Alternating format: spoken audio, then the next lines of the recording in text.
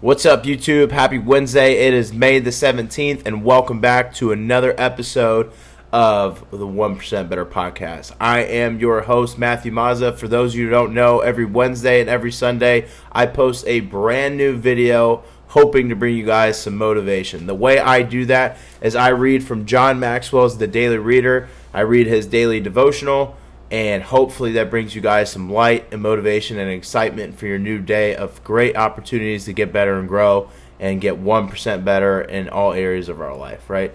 My goal for these videos is to help and impact as many people as possible.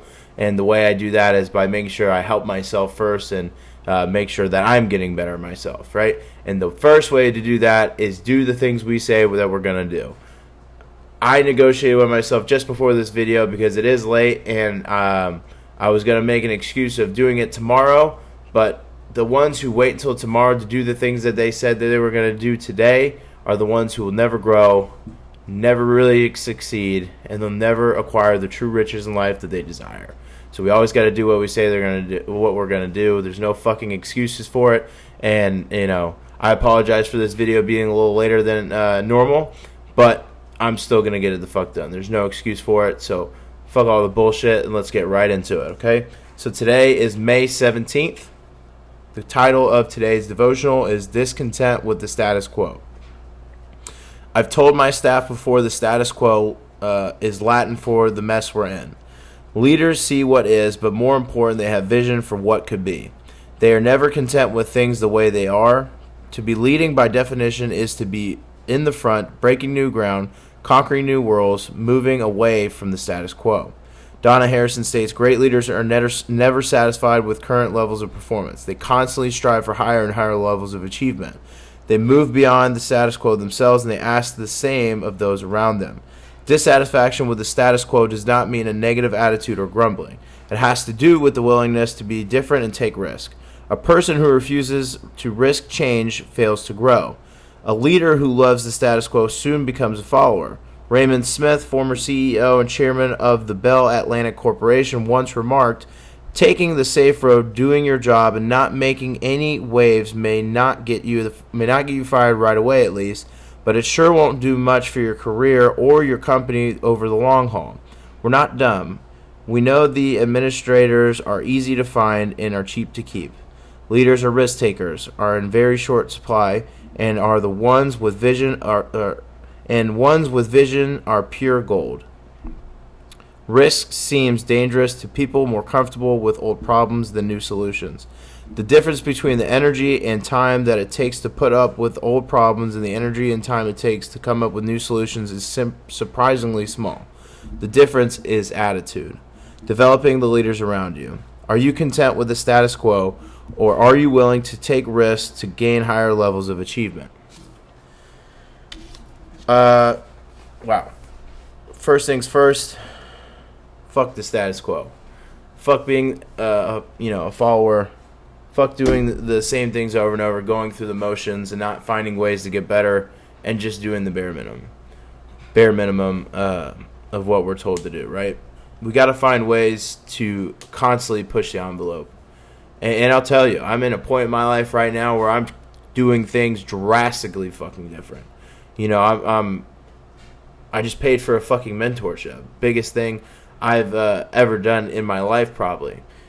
And I'm doing that because I'm constantly trying to push the envelope. I had, a realization that I may be sometimes around some mediocre people. And they're not bad people. But they're people that aren't willing to take the risks to truly get better and do what it takes to reach higher levels of achievement.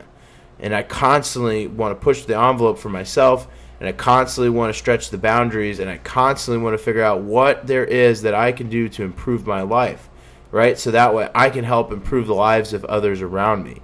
I only expect the best out of myself, so I want to also, expect the best out of everybody else around me. And that starts with the people that we hang around, right? You got to remember, in order to change yourself and change others, right, we got to make sure that our inner circle are comprised of other people who are also trying to do the same things. We're the sum of the 5 best friends we have. If your 5 best friends are millionaires, you will be the 6th, right? If your 5 best friends are losers, you're going to be the 6th. It talks about it in the Bible too about this. They have a strict a scripture in there. It literally talks about if you're hanging out with fools, you'll be a fool. You know, like, who are you hanging around with will dictate, like, your future. Very, very, very much so. So, what are we doing to get better? How can we, find new ways to get better instead of, dealing with or the same problems and not finding new solutions to push the envelope? I mean, it's as easy as that. Stop hanging around with people, that are constantly doing the same shit, complaining about the same shit, but won't do anything to change their fucking situation, right? Stop hanging out with the people who are making the same decisions and are complacent. Stop hanging out with people that, are, wanting to settle down, that are, wanting to do things that aren't going to progress their lives. If you want lives or lives that are, full of riches and desires and unbelievable things in your life, you have to put yourself around those people. You have to constantly push the envelope and push yourself every single fucking day. One way I do that right now is I'm doing 75 hard. I'm constantly pushing myself every fucking day to get better. I want to make 75 hard this round make it look so fucking easy that, like, it will push other people to want to do it, right? And it's not fucking easy. If you think I want to wake up at 4:30 every fucking morning to go ahead and go to the gym and get my ass in there and get a good workout, get a good pump, you're fucking wrong. I negotiate with myself every fucking morning. It's a constant battle with my inner bitch. But my inner bitch is never going to win that fucking battle. I'm constantly going to kick that bitch's ass.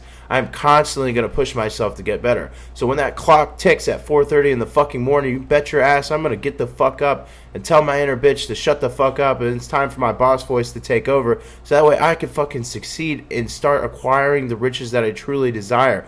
I want to live a life of doing unbelievable things, having an unbelievable lifestyle, and doing things normal people can't fucking do. I respect everybody the exact same way. But nobody is going to outwork me. Nobody is going to outwork my hustle or anything like that I'm around, right? Because I want to be around people who are doing better than me constantly. And I want to figure out what they're doing to be better than me and then master their craft just the way I've done in the car business, right? I only hung around the best people in the car business, which is why I continue to succeed. When I first started in the car business, we had our morning sales meeting. After that, I did not talk to fucking one person after that meeting. All I did was watch what every salesperson did. I watched for those who huddled around and bullshitted, went and got breakfast, were shooting the shit, and then I waited for those who sat at their desk and began working. Who do you fucking think I went and talked to? I went and talked to 3 specific people. First guy, his name was Felipe. Guy made selling cars look like a breeze. I mean, he just never looked like he worked a day in his life. But he worked his ass off and made it look easy. Very smart car guy, still in the business today.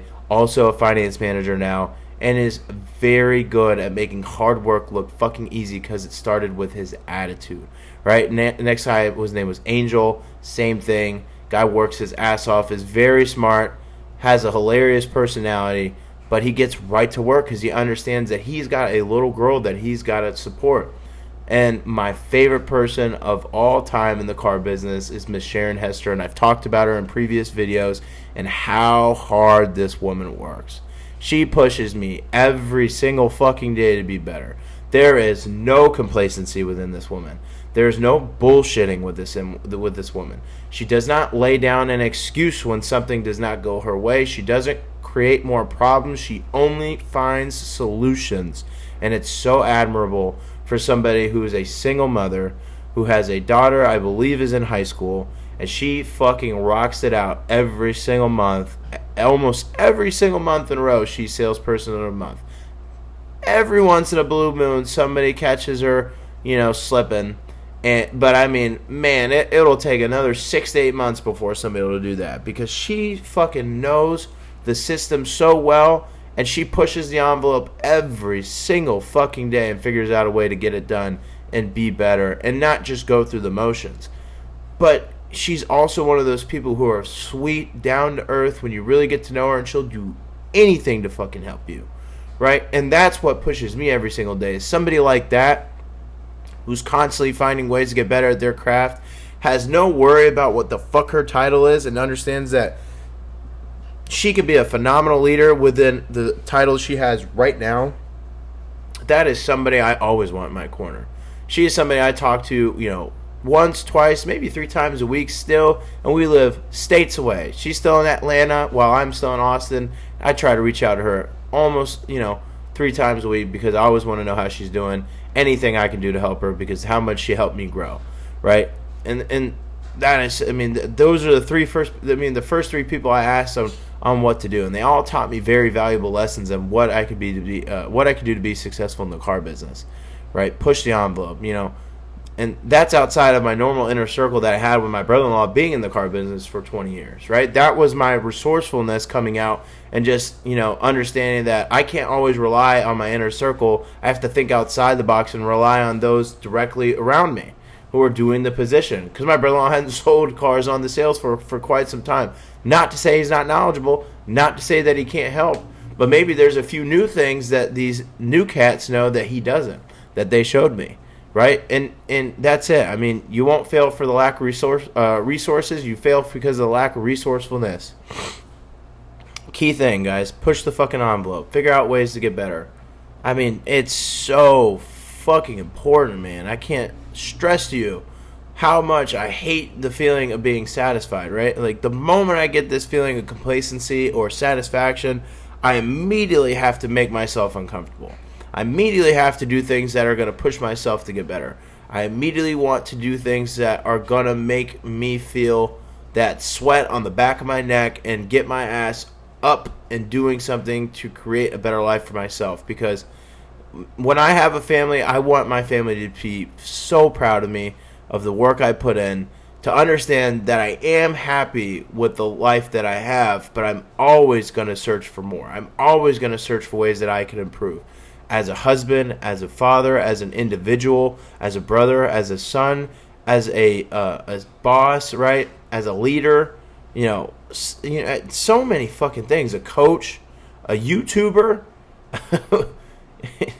a follower of Christ. I always want to know the ways that I can get better. I'm always going to push the envelope for myself. And it starts by looking for those things within yourself to get better. And I'm somebody who wants to preach and help other people, right? Every single day. I want to make an impact on y'all's life and help you guys live a life of, riches and desires that you want and get 1% better in all areas of your life. How the fuck can I do that if I'm just a satisfied, complacent motherfucker? I can't do it. There's no fucking way I'm going to be able to do that shit.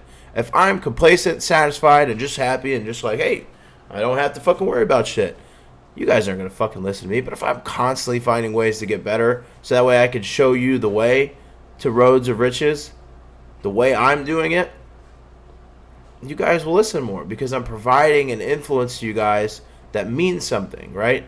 It shows you a way that's different. It shows you that I'm taking the path less traveled. I just listened to a guy, his name's Joel Thompson, and this guy is a fucking rock star. I hope he's listening to this, man. This guy used to cut my hair in his mom's basement when I went to college in Ohio for $5. Literally $5 in his mom's basement, and it was a fucking great haircut. He saved up, I don't know how much money, took a risk, and moved to LA, all on his own, and eventually became one of the fucking most famous barbers on social media. And he was cutting NBA players, all kinds of professional athletes, all kinds of hip hop artists. You name it, the dude was cutting their hair. And the way I found my mentorship, sorry, my dog's eating and it just sounded like he was choking. The way I found my mentorship was watching one of his videos, right? He's doing great things with his life. He's pushing the envelope, doing things to get better. And one of his videos moved me. And I was like, I got to figure out how the fuck to do that. So I just did my own research. Obviously, we haven't stayed in contact for quite some time, so I wouldn't expect him to give me the roadmap for somebody who hasn't expressed interest and still keeping that relationship, that bond. But I still, look at this guy and I'm like, wow, man, I know who that is, and I know a part of his story. I was a part of his story. Even if it was just a small part, right? Paying him $5 every time he cut my hair, man, I'm still a part of that story for him. right? Because he had such a great come up and he's still doing things, but the kid is never fucking satisfied. Joel is constantly pushing the envelope to get better, right? Right now, it's pushing himself to be more optimal in his health, his mental game, his spirituality. Like, he just dropped out of the country and moved to Mexico because I don't know the really reason, but maybe he got comfortable in LA. Maybe he was getting comfortable in California, and he wanted to do something different. He wanted to do something that was going to constantly push him to get better, change up the scenery a little bit, right? Find new ways to get better, right? If he's in those same motions every single day and he's kind of at a stopping point, you got to find ways to get better. And, you know, I'm kind of getting the same feeling, right? So I'm doing things differently to fucking get better, right? Like getting back on 75 hard, starting this mentorship, right? Doing things that I say I'm going to do, like these fucking videos when I say I'm going to do them. Because I told you guys, every fucking Wednesday and every Sunday, I'm on here to bring you guys motivation. And that's exactly what I'm here to do. And I hope this motivates you guys. But I got to go ahead and get my nightly routine finished. But I wanted to do this video for you guys because it means more to you. And it means so much to me that I follow through with the things that I say I'm going to do for you guys and myself, right? But it starts with me first.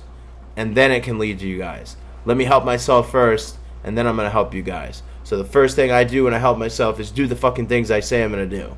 So no reason to apologize because there's no fucking excuses. I just do what I fucking say I'm going to do.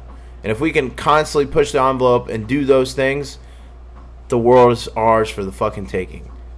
I appreciate you guys. I love you guys. Thank you guys all for the support. If you haven't already, like, subscribe, and comment below anything you guys want to see in these videos later on. I appreciate you so much. Let's find one way to get 1% better, and you guys enjoy the rest of your Wednesday night.